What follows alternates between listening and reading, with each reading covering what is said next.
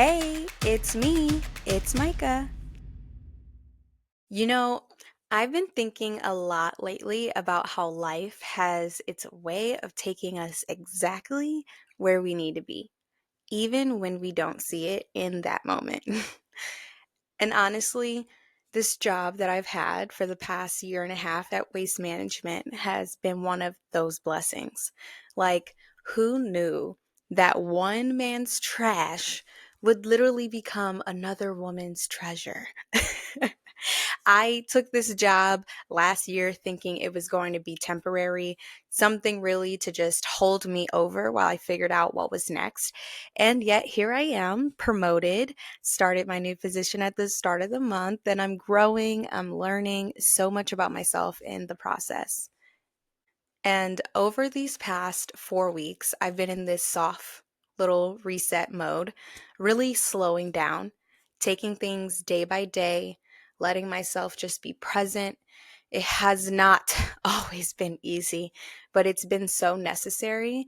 And I think sometimes we're so focused, so focused and like overly lasered and locked in on the next thing, the next milestone, the next version of ourselves that we forget to stop and really look around and take assessment of where you are. Like, wow, you're already doing it. You're already becoming who you prayed to be.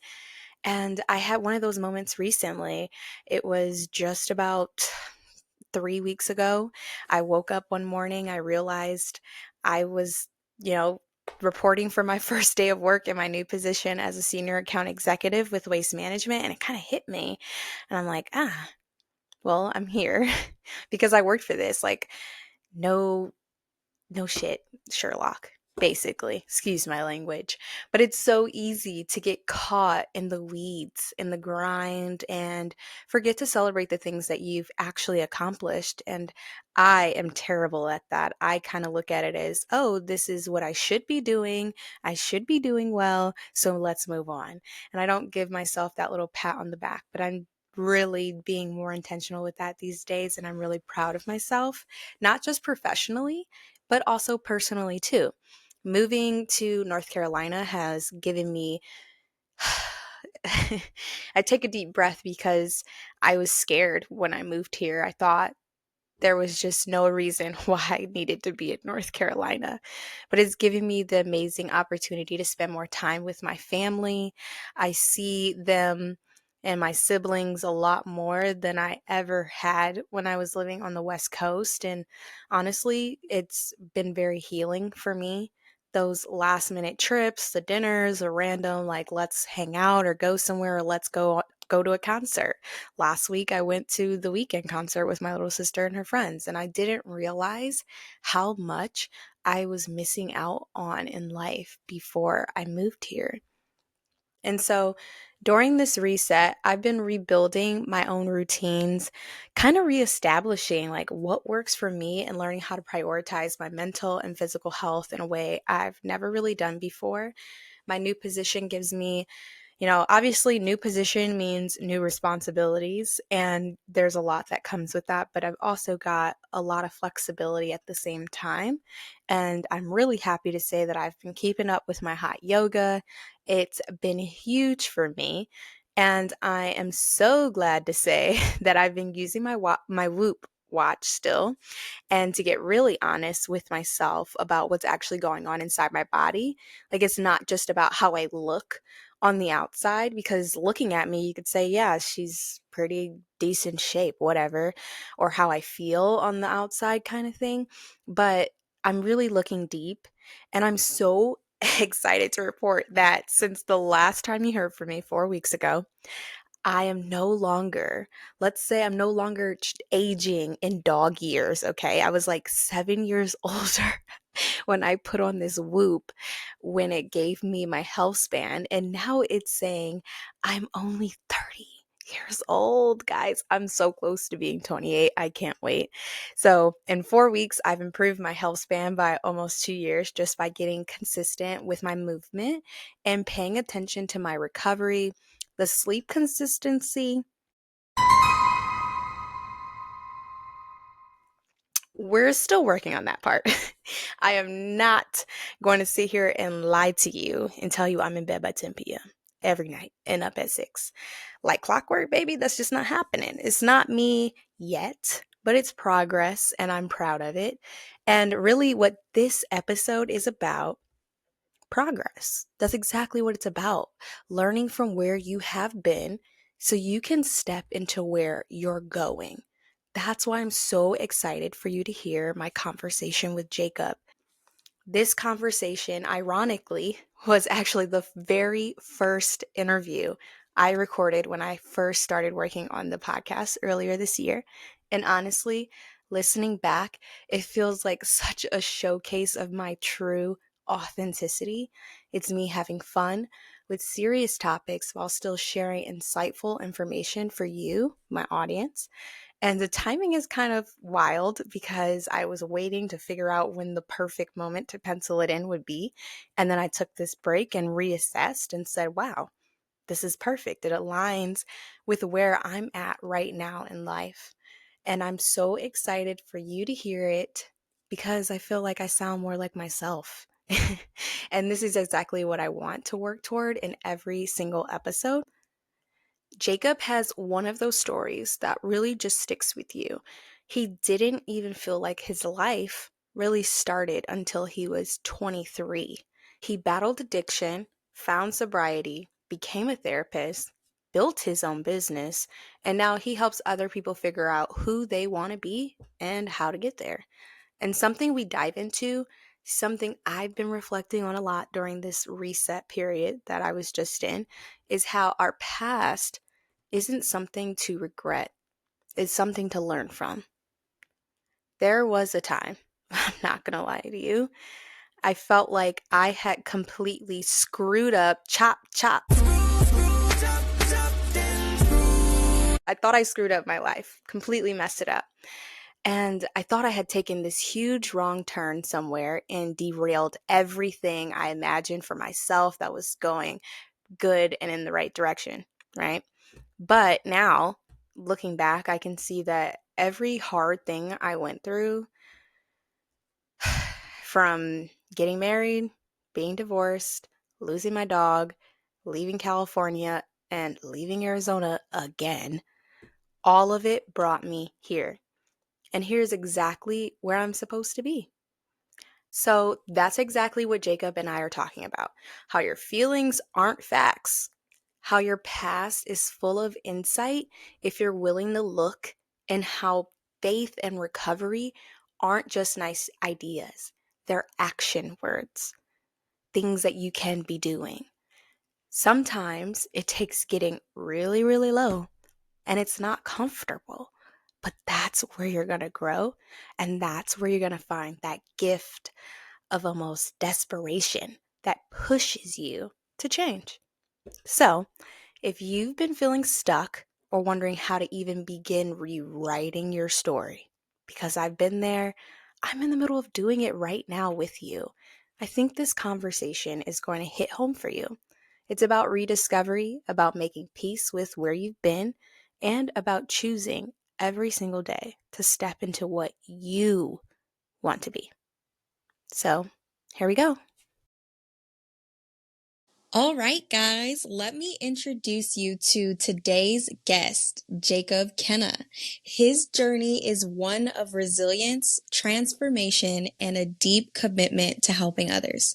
Jacob is in long-term recovery from alcoholism, and at just 23, he made the life-changing decision to get sober, something he says was the true beginning of his life.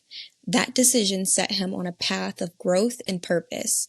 He went back to school, earned a psychology degree from UNC Asheville, and later moved to Miami to complete his master's in clinical mental health counseling at Florida International University. Fast forward to today, and he's in Atlanta, where he's taken another bold step, opening his own recovery and life coaching practice. His passion lies in working with people who are struggling with both substance use and mental health issues and challenges, helping them find hope when it feels out of reach. I'm excited to dive into his story and the wisdom he's gained along the way. In this episode, we're diving deep into the themes of perseverance and growth, what it means to rise from rock bottom, break free from stagnation, and step into a life of purpose.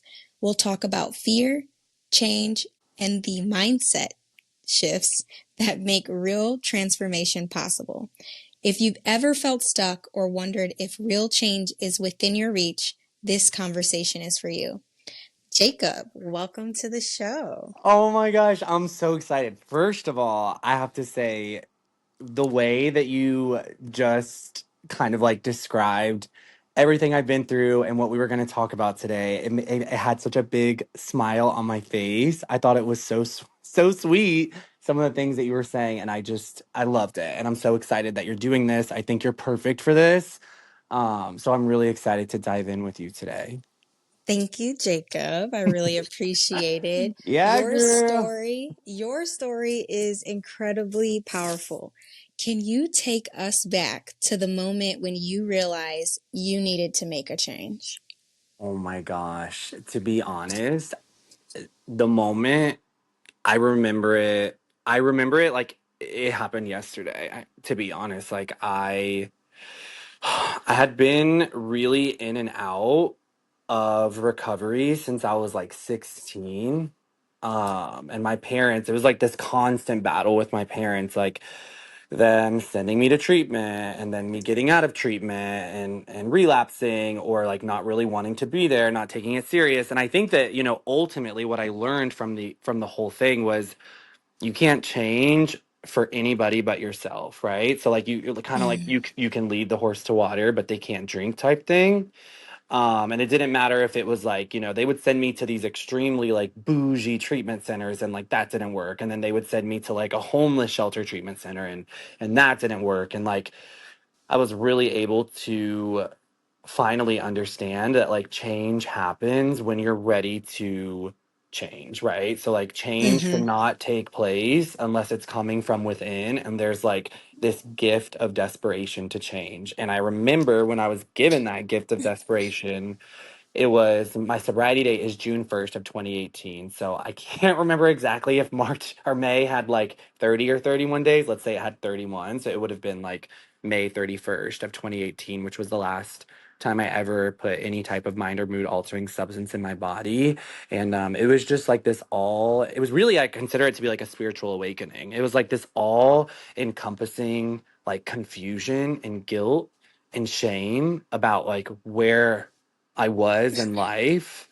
And it was literally just like something came over me and it was like, you've got to do something different. Like, you can't live your life like this anymore. And I remember like pulling the clothes off of hangers in my closet, like in tears, like just throwing them into a suitcase and basically showing up at the doorstep of a treatment center about like 20 minutes away from my apartment, like begging for a bed, like begging for them to take me in. mm. That's that's really powerful and that's really deep. I mean, everyone talks about wanting change for others, but it really, like you said, comes from within. No sort Right. of change is going to happen from other people wanting it. It has to come from Right. you personally. Right. What was Hmm. the hardest part about starting over? Oh my gosh. I mean, that's a good question. I think that the real answer to that is like, I wasn't starting over.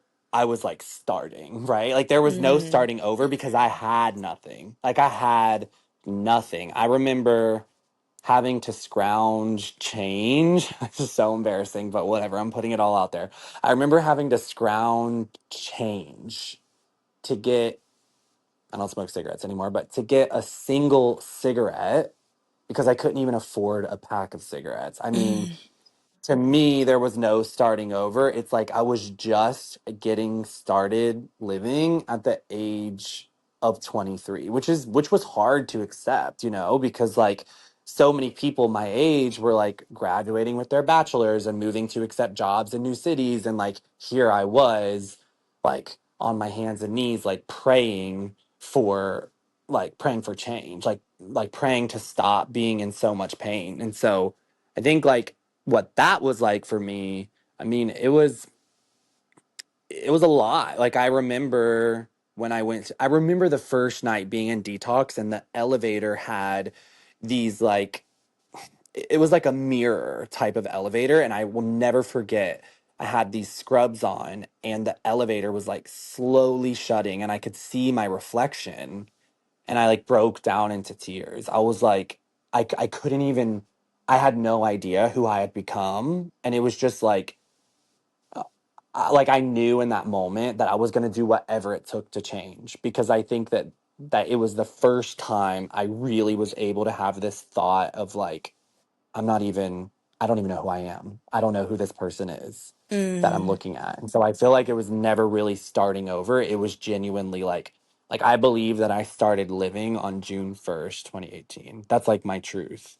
That's that's really beautiful what you shared right there, and how you talk about being on that elevator and looking in the mirror, looking back at Oh, yourself that's and it. not recognizing yourself, which reminds me Right. of a topic that we had a couple of days ago when I asked you about being on this Uh-huh. podcast, when we were talking about repotting, having to be put, like repotting like an Mm-hmm. overgrown plant. So, Right. what was the moment you knew you had outgrown where you were, where you realized you needed help?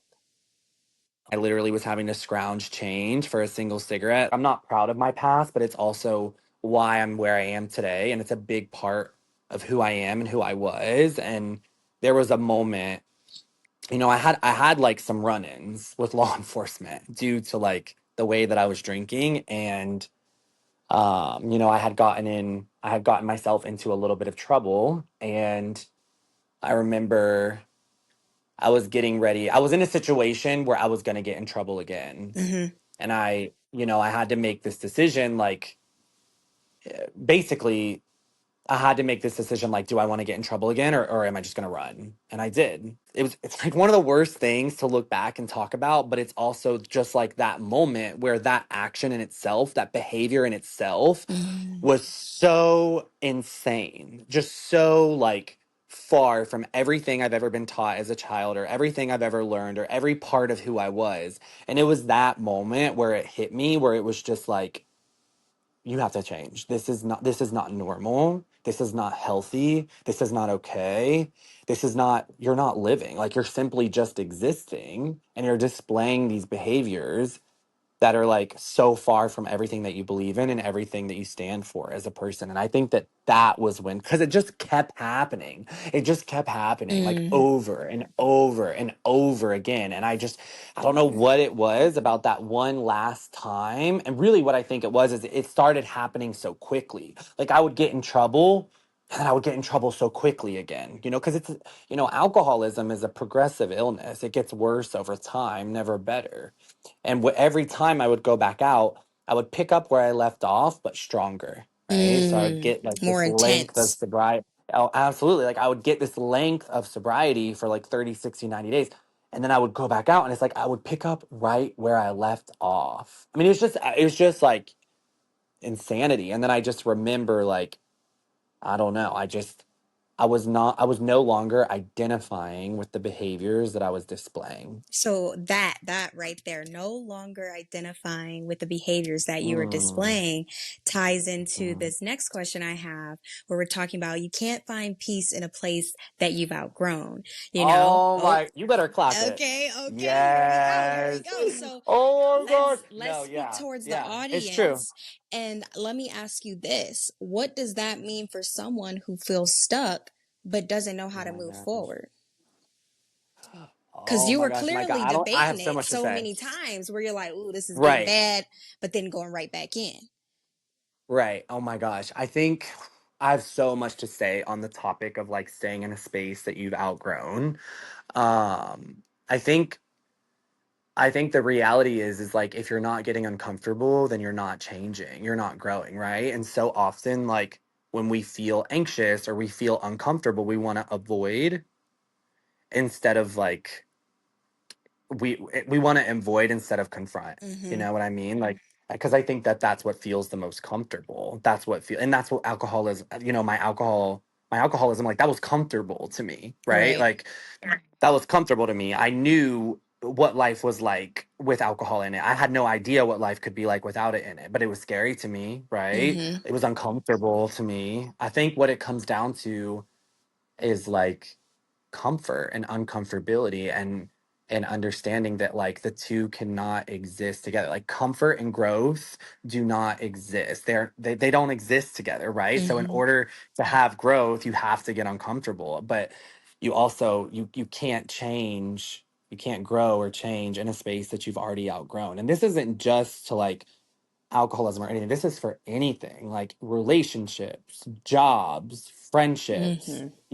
whatever it is. You cannot grow, or you cannot grow in a space that you've outgrown. Like you just can't. You can't change in a space you've outgrown. It's time to repot. You're an overgrown plant and you need to be placed into a Mhm. new I know that's environment. right.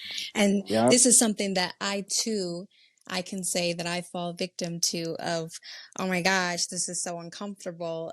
So you're not alone, right? And second, I think that like one of the most natural human emotions to feel, which we don't know this all the time, is literally like anxiety and feeling uncomfortable. And Mm-hmm. anxiety, it's right. So the recipe for anxiety is like fear plus uncertainty.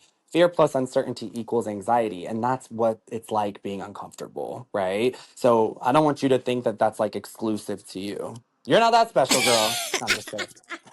I'm just kidding. I'm just kidding. Anxiety said, nah, you're not the only one, babe. You're not the only one. I'm Well, I'm screaming. glad everyone Yeah. else out there knows that at the end of the day, no matter what you're going through, you're not the only one. That fear and that Right. uncertainty is certainly Hmm. anxiety and something that you can grow through.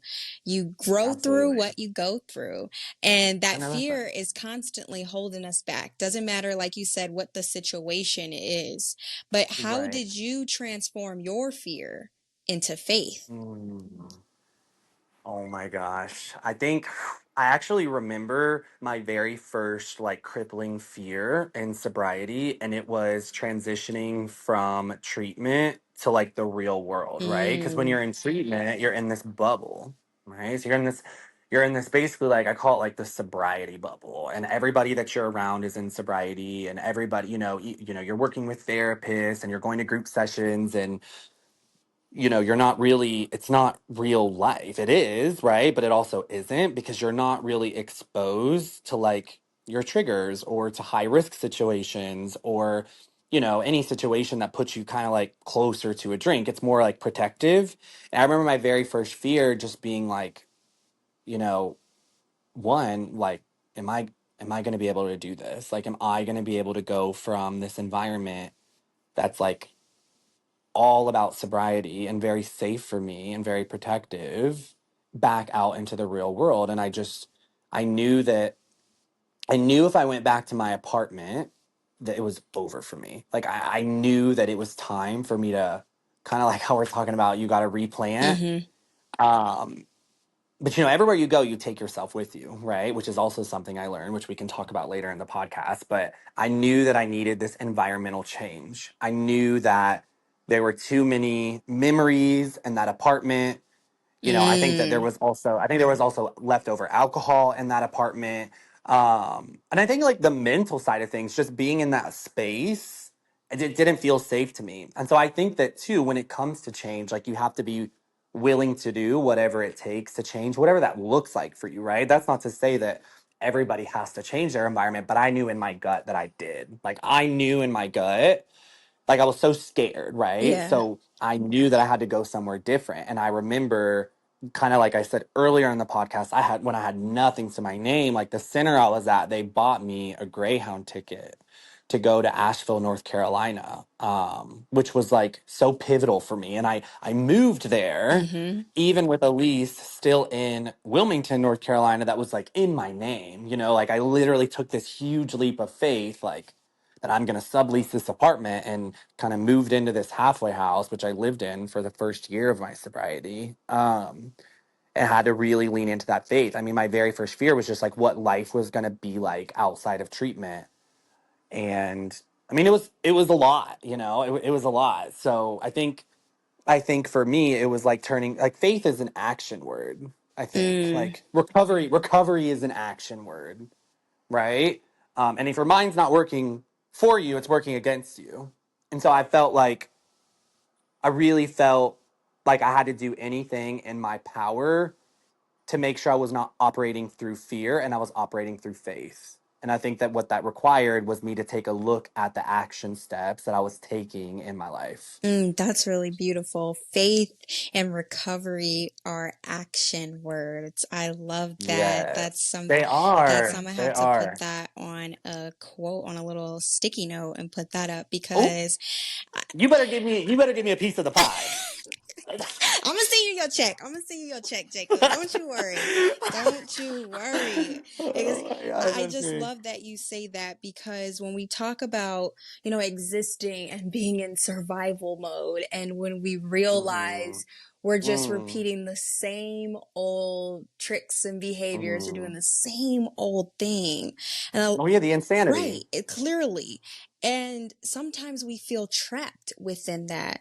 How Mm-hmm. can you, or what advice do you have for someone that feels that way, that feels like they're trapped in survival mode and like they can't see Mm. a way out? Because so many times we do get in those moments where it's all or nothing thinking. You're laying in Right, your bed or you're out drinking or whatever you're doing, the behaviors that you're engaging in that aren't healthy for you, we feel like we're stuck and there's no way right. out. What advice do you have? Mm-hmm.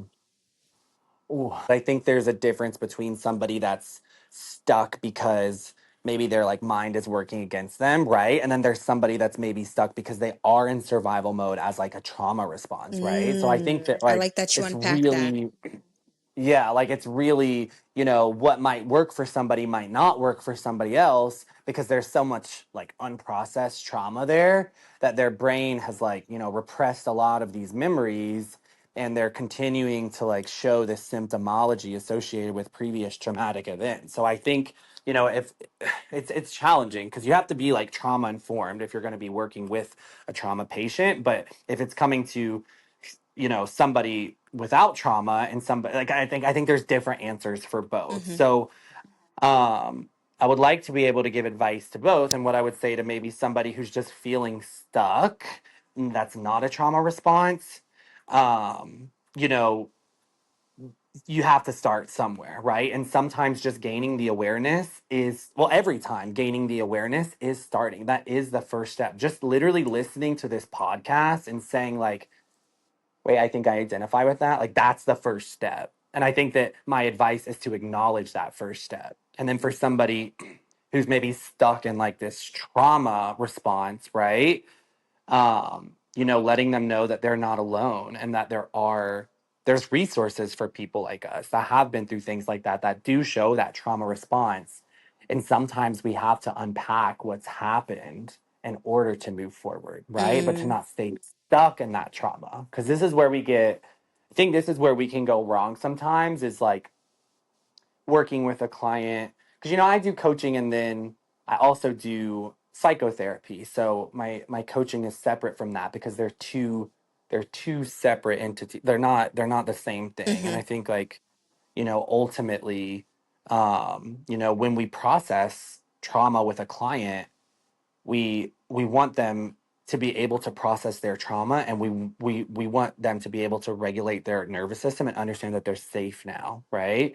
But in order for that to happen, like there are steps that we have to take. And so I think with that too, like not minimizing your trauma, right? I meet with clients all the time and I'll be like, have you ever been through a traumatic event? And then they're like, no, I've never really experienced anything traumatic. And then we'll start working together and they'll start sharing things. And really, trauma is like any type of emotional reaction that kind of like causes you to shut down. It's anything that's emotionally overwhelming for your brain. A lot of the times, like people don't understand the difference between big T and little t. And Mm-hmm. like, I think that my advice would be to please not minimize your trauma, I think. And if you think that there might be trauma, to speak with somebody about it. Don't minimize your trauma. Don't minimize your trauma, boo. That's something good to hear because I think a lot of times when people talk about trauma or PTSD, they're thinking, oh, army war vet, someone that's seen 100%. people like, in combat. and Right. not necessarily Right. just little experiences that you could have For had, sure. being in a Right. car accident, for Christ's sake. Right. That could be an Well, it can even incident of trauma.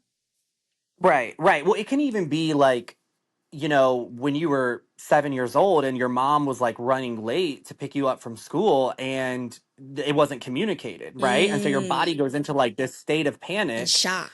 and it's absolutely right. So it can be, the thing about trauma is it's individualized, like it's specific to the individual. So what might be traumatic for you might not be traumatic for me. So we really have to take like an individualized lens when we're working with trauma, which I know this isn't about trauma, but um, I think with the question, like I think it's hard because when we're talking about making that change, sometimes it's we are stuck because we're in a trauma response, right? Yeah. And maybe we just don't know what that is, and that's why speaking with somebody and meeting with somebody can really be the catalyst in the change. I know you said, oh, we're not talking about trauma, but I do want to talk about it a little bit.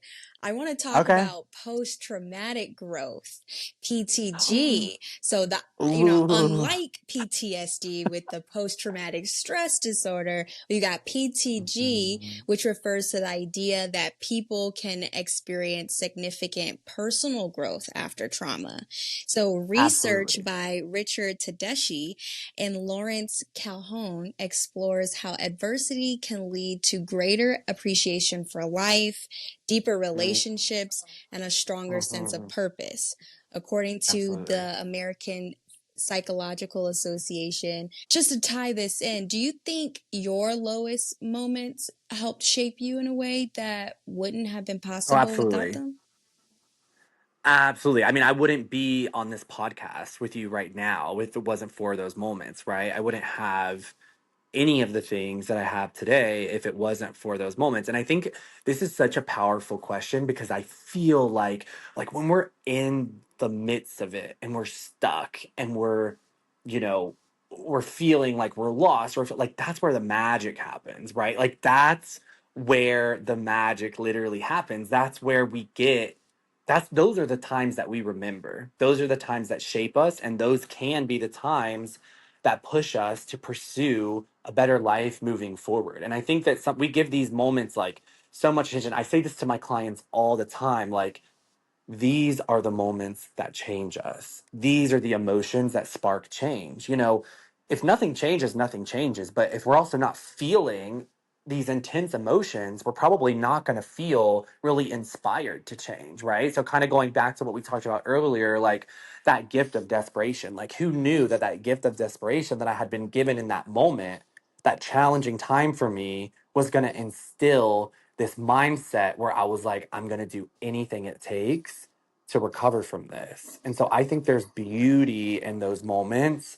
And I think that we focus so much on what's going wrong in the situation, not what we're learning from the situation. Because every opportunity is an opportunity for growth. Or an opportunity to learn. Like anytime we go through something and it's so hard for us to make it through, or we're feeling stuck, or we're feeling challenged, I mean, that's a growth opportunity, Mm-hmm. That's where the change, that's where the magic happens. That's what I'm saying. Like, that's the good stuff. That's like the bread and Oh, butter, girl. That's this where it is the bread and happens. butter. Don't run from the blessing, Ooh, babe. don't Like, run come from it. on. And you're just doing a great job. And you would think that I shared my question list with you at this point because Stop you're it. leading up into everything that I want to talk about. Because you're, Jacob, I'm just so glad we're having this conversation. No, me Like too. the neurobiology of fear and change. And I Mhm. did some research, I'm not like a science girly or anything like that, but I could do a little something on the internet with Google and a little Mhm. source checking. But Mhm. the amygdala is, the part of the Ooh. brain. Okay? Oh, yeah. Okay, I told you Yep. I'm coming. You did do your I did do research. my research, okay? The Yes. amygdala is the part of the brain that primarily is responsible for your emotional responses in situations Okay. like what we've been talking about with anxiety, moms trying to hurry up and get out of the house, with fear, maybe you're in a car accident or rage and you're upset or Mhm. whatever the case. That plays a key role in fear responses, making it difficult for us to embrace change and creating that sense of fear and wanting to Mhm. stay in these spaces where we are comfortable.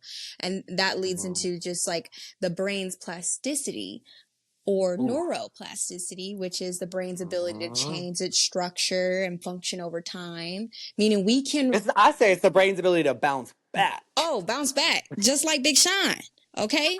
We're bouncing Yep. back and you're able to Yep. rewire your thought patterns, but it Mm. takes a Yeah. very, very conscious effort. Yes. How did you go about retraining your brain to believe Oof. that change is really possible? Okay. I'm gonna share this with you because you know what? I like you tonight. Oh, oh, tonight, So, tonight. so I remember my very first. So first of all, don't get me on this question too long because Oh, I I'm get gonna so stop you. excited to talk. I get I get way too excited to talk about the brain and neurotransmitters and synapses and how they link and how the brain learns by repetition and reward, Mm-hmm. right? So I remember the very first, and I tell this to clients all the time. The very first goal I ever set for myself, and it was from my sponsor, and she gave me the goal. She said, "You are going to make your bed every single morning." It was such a small task, but I was like, "Damn, I don't want to make my bed." But she was like, "You're going to make your bed every morning," and I was like, "Okay." And she told me, after you do this for quite some time, you'll build the habit. I think she said it's around like 21, 28 days. And that was the very first goal that I ever set for myself since I got sober. And that small goal eventually turned into like where I am now, right? Because it didn't matter that the goal was small. It didn't matter that I was just making the bed. What mattered is that my brain was learning that when I repeat something and I feel proud about it and I reward myself, right? Mm-hmm. My brain learns to pick up that habit. And it creates this neural pathway, right? Eventually, the synapse will link. They'll link together, and that's when your brain has really learned what it is. And what I learned was that when I would put my mind to something and I would do it, I would see great results. And so I always tell people that because that was the very first goal that I ever had. And that small goal turned into something so much bigger. Mm. That's really something because I mean, as you know, I have my own life coach and starting this Hmm. podcast has been one thing, another thing that I said that was going to be on my to-do list and coming up Hmm. with I'm so proud of excuses. you. Thank you.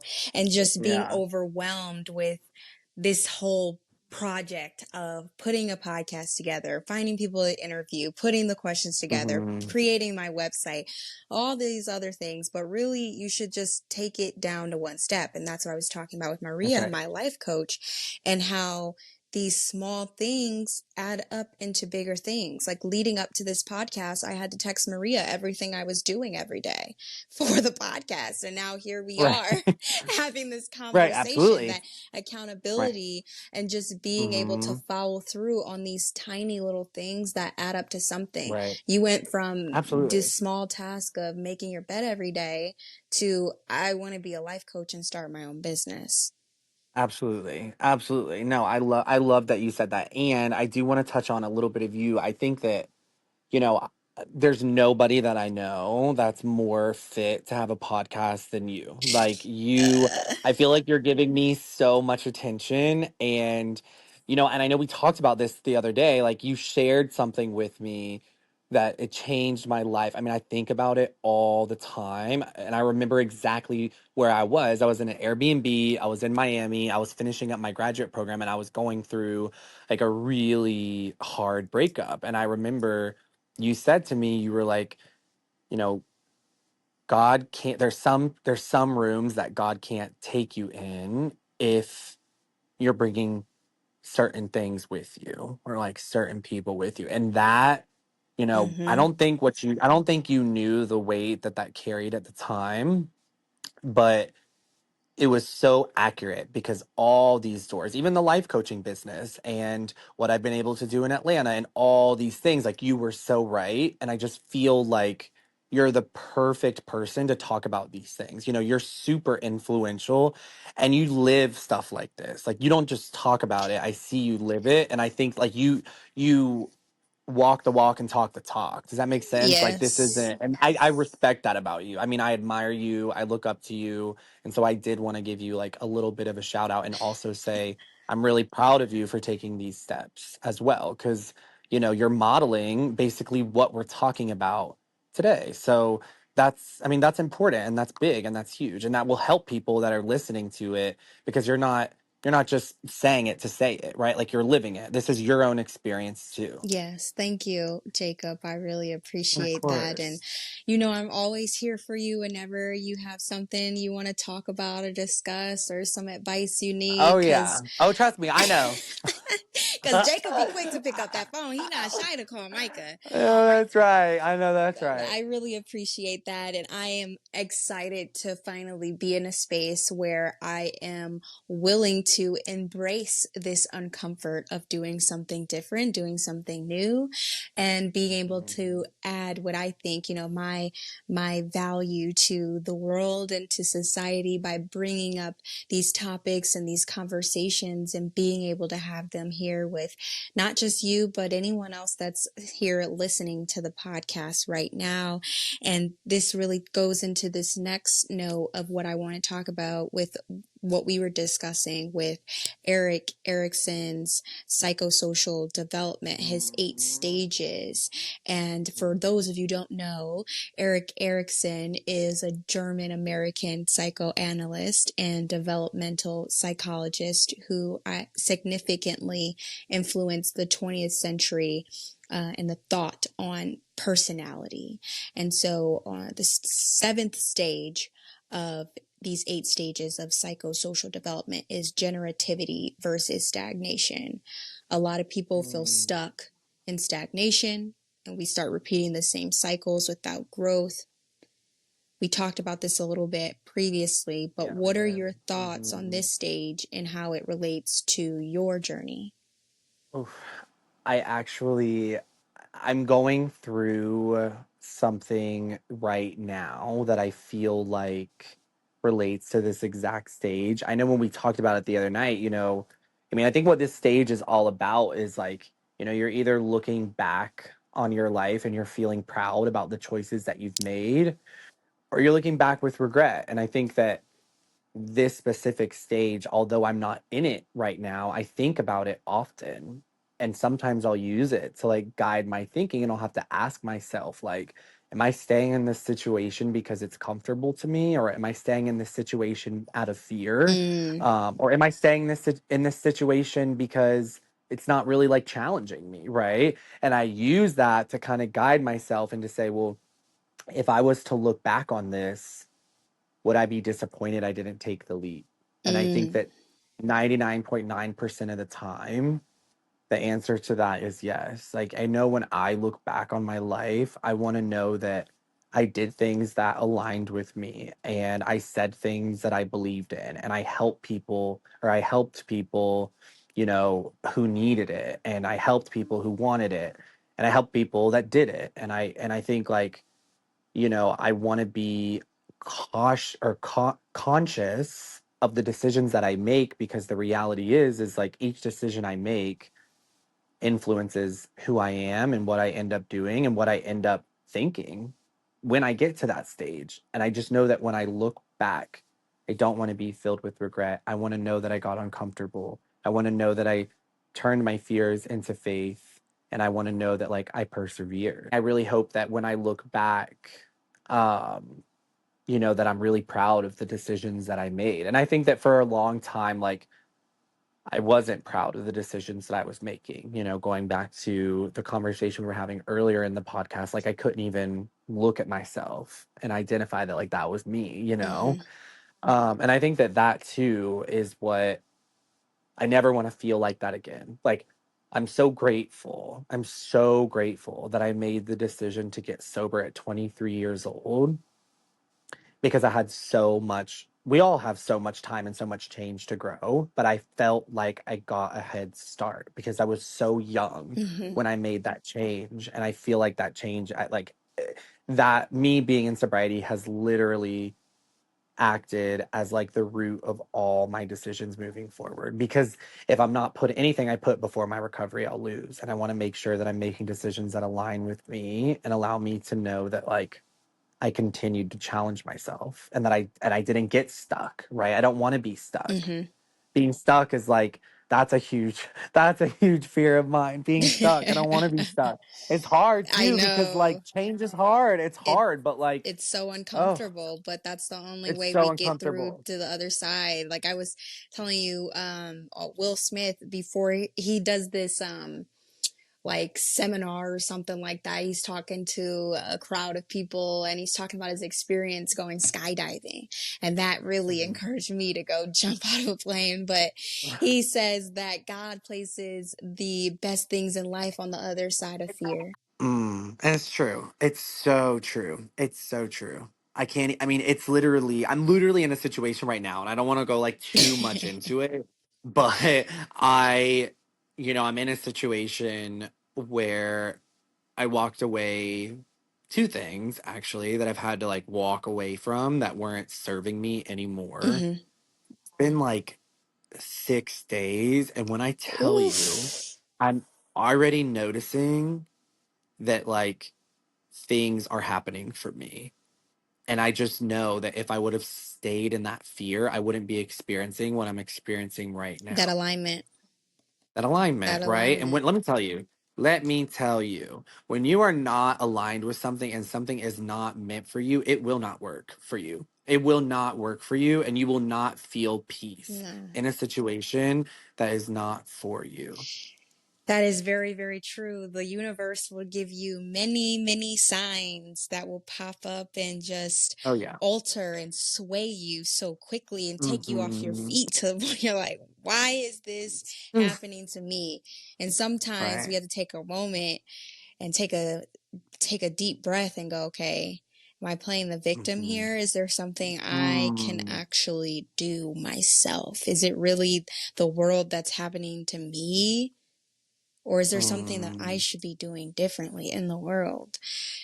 So, for the Hmm. people that are listening at home, what's one step they can take towards this alignment to shift from stagnation to generativity?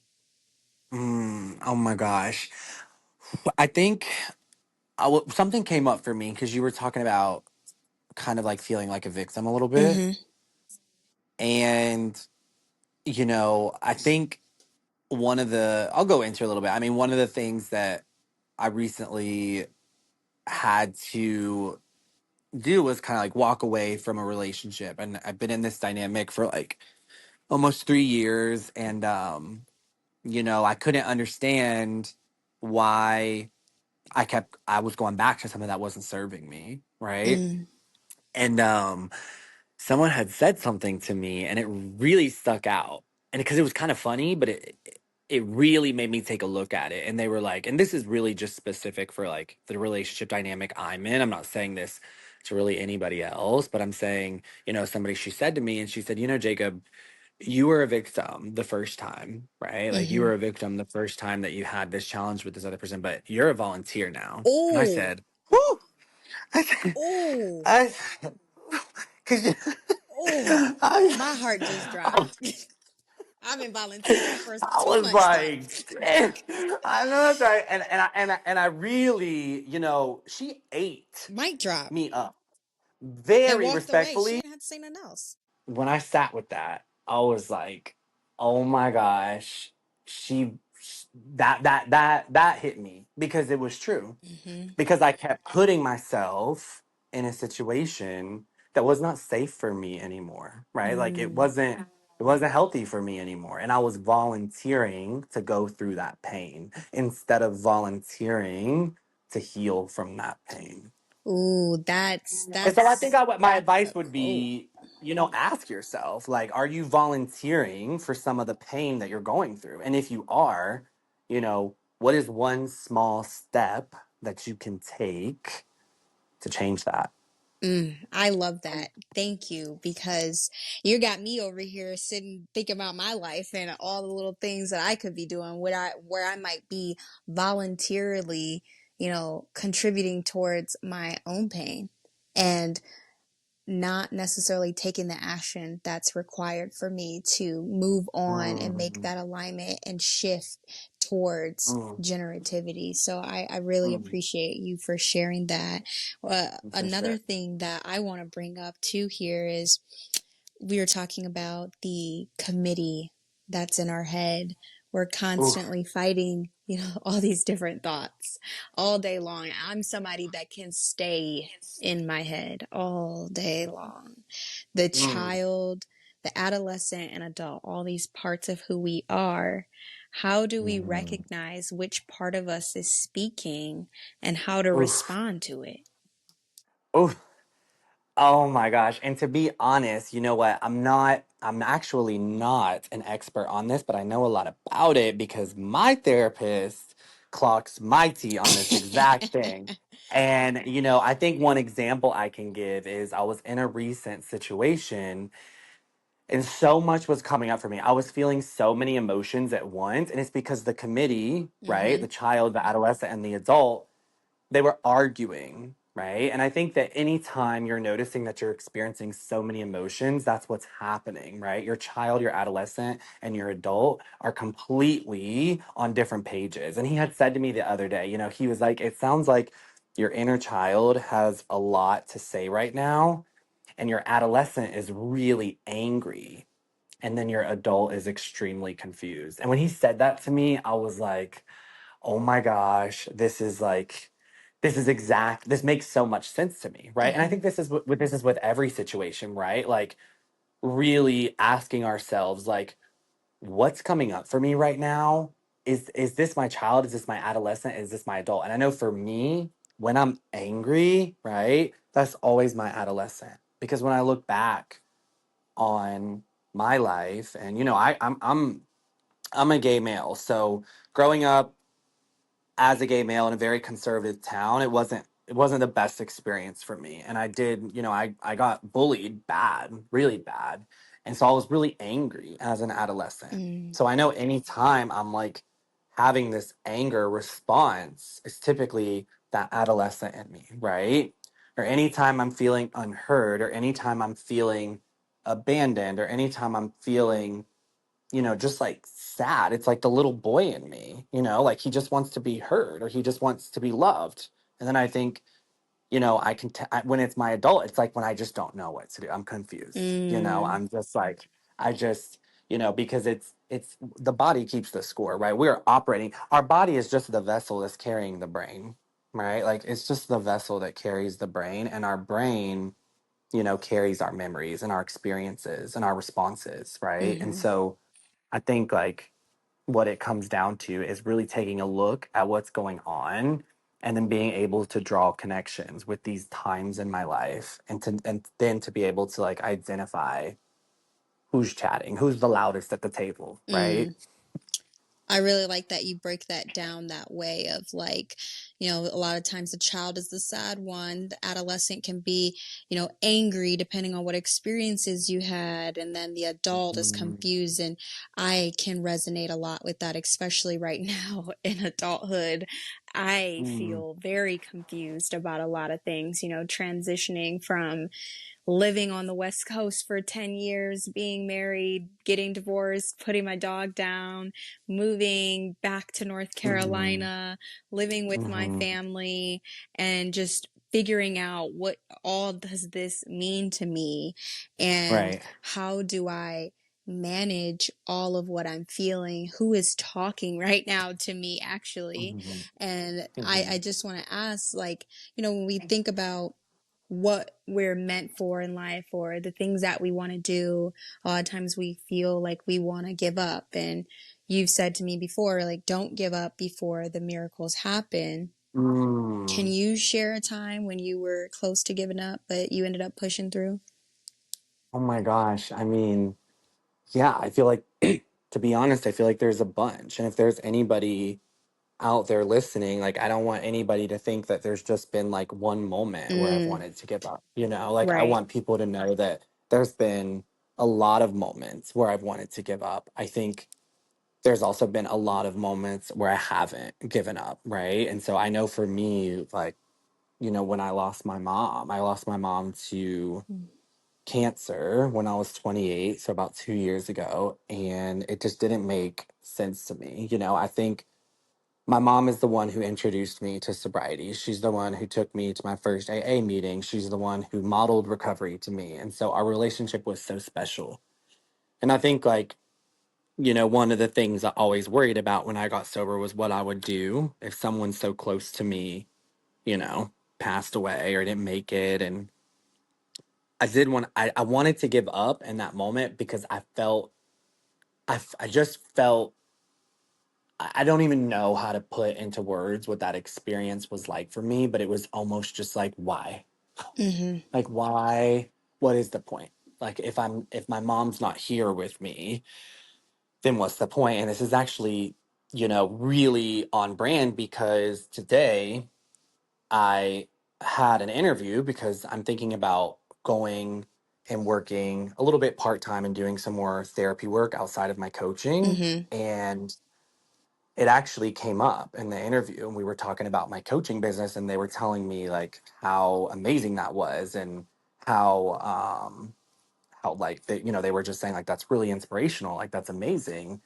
And I was talking about kind of like how proud she would be of me. And it was like, if I would have given up in those moments, I wouldn't be in the space that I'm in today to sit here and say, like, Mm, I know that she's so proud, right? Because it would be a completely different scenario if I gave up, right? I don't think I would be having these thoughts of like, she's so proud of me. I know she's so proud. And so I think what feelings aren't facts, right? I mhm. think that's a My big one therapist says too. that.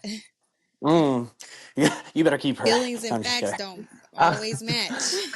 no, they're not. And like feelings come and go. And I think that my biggest piece of advice to somebody that's just feeling like emotionally overwhelmed or there's just a lot going on, I just want to remind you that the feelings aren't facts. And I think too, like if there's anybody getting sober, like one of the best things about getting sober is that your feelings come back, and then one of the worst things about getting sober is that your feelings come back, right? So I think that like remembering that, right? It's like it's like a wave. Like, with a wave, there's always the rise of the wave, and then the wave always reaches its peak. But Micah, why don't you share with me a little bit of what happens when the wave reaches its peak? Well, me, I'm the expert. You put me on the spot. Well, Ooh. no, I'm talking about a wave. It's a wave. When you see Oh. a wave in the Oh, when you ocean see and the it's reached wave, its it peak, comes right back down. I know that's Okay, right. I can answer And that that's one. that's oh my God. Exactly. Right. And to Yes. me, I look at that as like when we're having these urges, right? Or we're having these cravings or we're having whatever, like it will pass, right? Mm. This too shall pass. This too shall pass. Ooh, I love that. That's This too shall good. pass. That kind of answers the Hmm. next question I have for you. And one, I just want to say, you've done amazing things from the time that I've met you and where you are now, just seeing the transformation that you've had. And I have not known you your entire life. I know Hmm. that your mom is oh so proud of you, as well as the rest of your family. And Thank you. you're living proof that you can rewrite your own story. What do you say to someone who feels like their past defines them? Mm. Oh my gosh.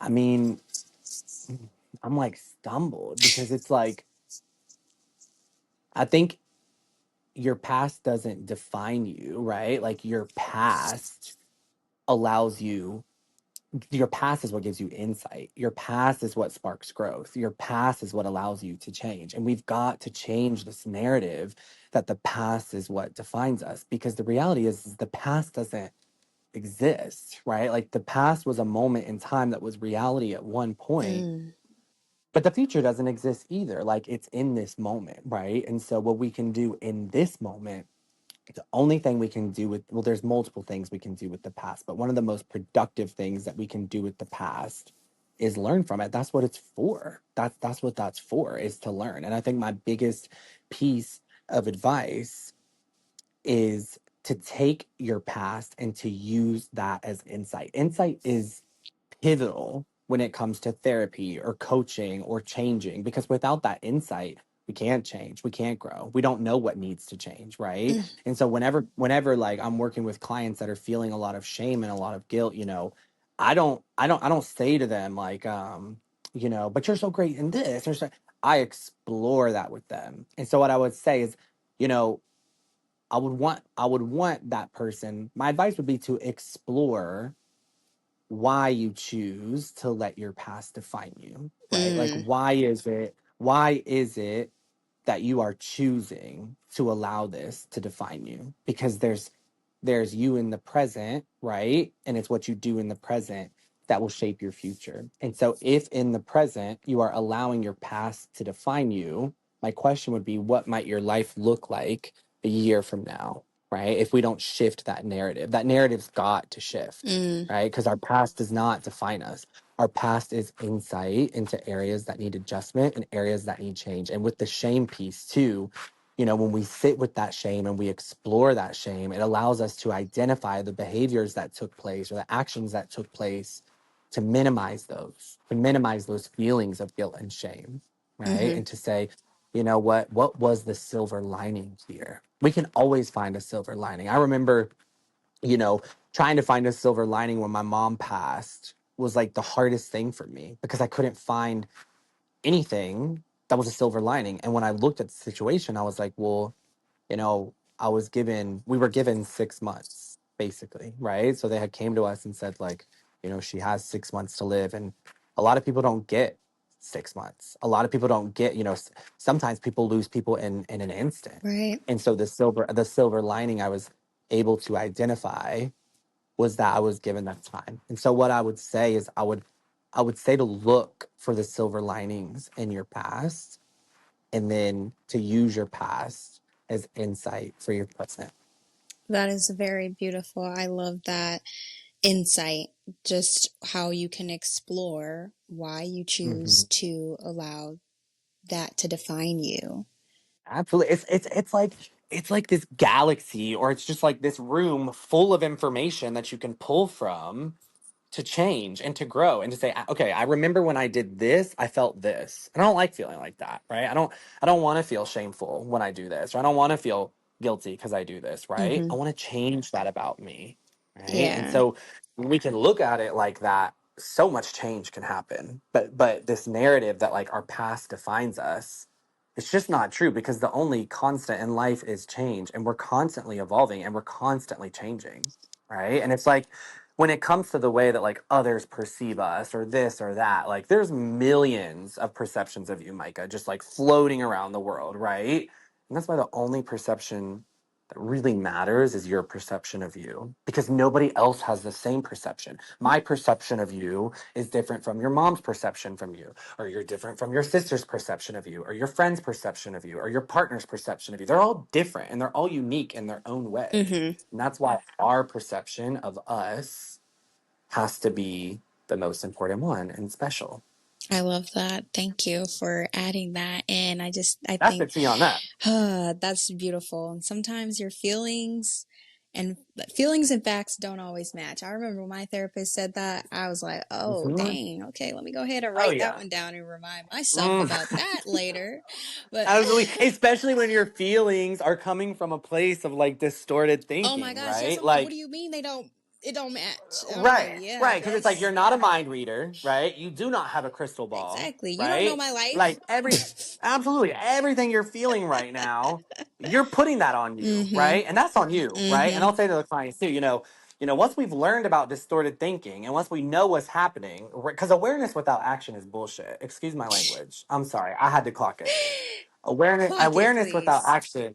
Awareness without action is bullshit. And my sponsor used to say that to me all the time. And I remember the first time she said that, I was like, I gave her a look like, But she was right. She was right. She was because she would say to me, you know, how are you going to have awareness about this area that's like hurting you or challenging for you or that needs growth, but there's no action behind it. Mm, I was like, you're. I, well, you know, yeah, I told her I was like, you're a little too close. right. Back You need to up. back. You get out. Stop talking to me. So that Right. awareness without action leads us into this last little segment I want to discuss of being in the present and looking forward. We've been able to talk about, Mm, the process of growth, these psychological, scientific insights that I've been able to bring forth, the neurobiology of fear and change, Erickson's generativity versus stagnation, finding purpose and perspective. And now here we are having awareness so we can take action, stay present, and look forward. You told me the other day, be where your feet are. And I got to give a shout out to Miss Raven for that because that's who Raven. I used to work with this girl Raven, and she's literally amazing. She's like one of the most holistic, spiritual. Like she can heal you just sitting in a room with her. I'm not even playing. Thank you, And Miss I remember Raven. she said that she deserves her shout out. I remember she said that to me, or she said it to a client one day, and I heard her say that, and it was so it was so profound. I feel like it's such a little thing said, but it means so much. And I've always taken that little pocket of peace from her, like just be where your feet are. And I think, you know, one of the things too that I always say to clients too is like, you already know what this experience is going to be like for you if you stay the same. Like, you know this story, Mm. you know how this story plays out. So it's like here on this one hand, and I'll always put my hand up too. I'm saying on this hand, right? You already know what this experience is, right? Like, you know, like especially with you know when we're trying to get sober from alcohol or substance use or whatever it is, like you already know how this plays out when you go back out and when you drink or when you stay the same and you don't change. And then I'll put my other hand up and I'll say, and over here we have no idea what this looks like. We don't know, right? But we can't get here. We can't get to this side without faith, right? It's like the requirement Mm.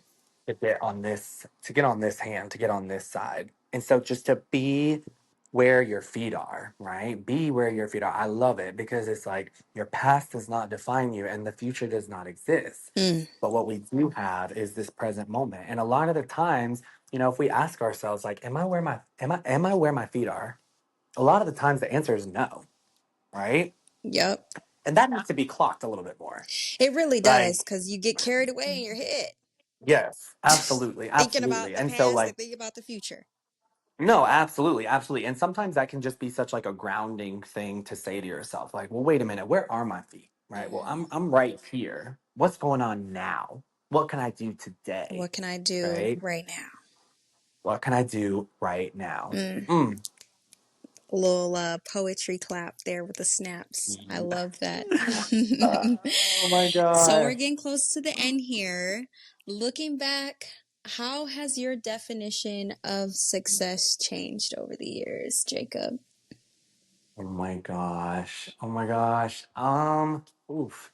I think my definition of success used to be like what degree I could get Mm. or how much money I could make or um just like what awards I could have or what I could do, right? Like Accolades. that like self-esteem piece, Yeah. right? Those achievements. And I think what success means to me now is like being in alignment. I think that's exactly what it means to me, like making decisions, like feeling confident enough to make decisions that are best for me and living my authentic self and living in my truth and having healthy, strong relationships with those that I love. I think that to me success is joy, success is peace, success is serenity. Mm. And I think that like my definition of success. Now, don't get me wrong. I love me a nice bag, a nice Oh, we outfit, a know. nice apartment, but that's not how I measure success. Right. You know, that's like that self-esteem piece. I want to talk about that self-worth piece. You know what I Mm-hmm. mean? Like what is that self-worth? And I think success to me is when I'm aligned with my value system. I love that because that's something when I started my life coaching with Maria, she made me do this activity to pinpoint what I thought were my top values. And then she had me kind of rate them up against each other. And the number Mm-hmm. one value came back as authenticity. And I Mm, just realized how much I have been trying to walk in this space of showing up unapologetically as myself and getting to say the things that I want to say unfiltered and just being Micah. And that is beautiful. I love that. And I love that you've been able to redefine what success means for you and having that align with who you truly are. And mm. that's really beautiful. I really appreciate you sharing that. No, I appreciate you having me. I adore you. I think you are, I mean, you really helped me through one of the hardest times of my life. And I feel like there's no way that I would ever be able to repay you for the way that you showed up for me in that time. And so I can't let this podcast in without the girls listening, knowing that, I really do feel like you are that girl. And I feel like this is what you're meant to do. I've really enjoyed being here today. Thank you. I Well, could talk don't to you don't for end it yet. I ever. still got two questions. Dang. Oh, dang. You're not Okay, the let's hear 'em. host. Anyway, thank you, Jacob. Yeah, Your you're so your quick. payment is coming in the form of participating here tonight. No, there's no payment because that's what I'm talking about. I could never repay you for that moment. So there's no payment ever. It can't be. Thank you. If someone right now is listening to this, we've all been there in our lowest point, down in the trenches, in the dump. Mm, Probably got mm, our beats on, listening to some sad music that's making us feel 10 times mhm, worse and magnifying our emotions and making it mhm, way too much. What mm. is the one thing you want them to take away from this conversation? Oh my gosh. I think the one thing that I want them to take away from this conversation is when I talked about the beauty in those moments. Like like recognizing the beauty in those moments. What's and what's really happening in those moments and kind of is how that can be the catalyst in their journey of change. So I'm going to say here, Jacob, I really, really appreciate you sharing your story and insights today. Your journey from rock bottom to the life you're living now is just so incredibly inspiring. And I know it will resonate with so many people who are in the midst of their own struggles. Before we close out, can you leave our listeners with one final piece of advice on how to simply be? How to find balance, peace, and purpose in their own lives. I would say I would say to check the decisions that you're making. Like, are you making decisions for other people? Are you making decisions for yourself? Or are you making decisions out of comfort? Or are you making decisions yeah, really, are you making decisions out of comfort? Or are you making decisions that are change like causing you to grow, right? Or creating growth? Are you making decisions like where is your mind working for you or is your mind working against you? I think that I think that I always fall back to that because it's something I can ask myself every day, every single day. Like, am I working for myself today or am I working against myself? And I think that's something that we all need to take a moment to just look at. Where Mhm. am I at right now? Let me check my decisions and what outcomes are going to come from those decisions. Is it me just staying here still, or is something beautiful going to happen from that? Thank you for tuning in to today's episode of Being with Micah. I hope Jacob's powerful journey and wisdom have inspired you to take that next step in your own path of perseverance and growth. Remember, you don't have to have everything figured out. And I'm saying this to myself at the same time.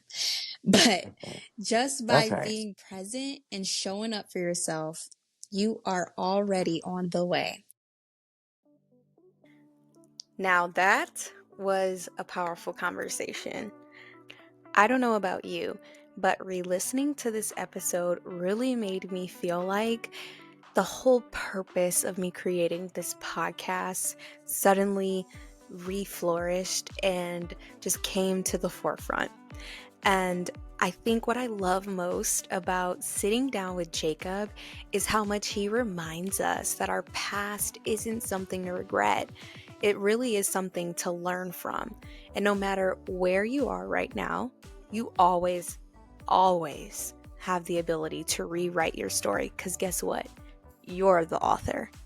And honestly, what makes this episode even more special is that this conversation was actually it is the very first interview I recorded when I started working on this podcast earlier this year.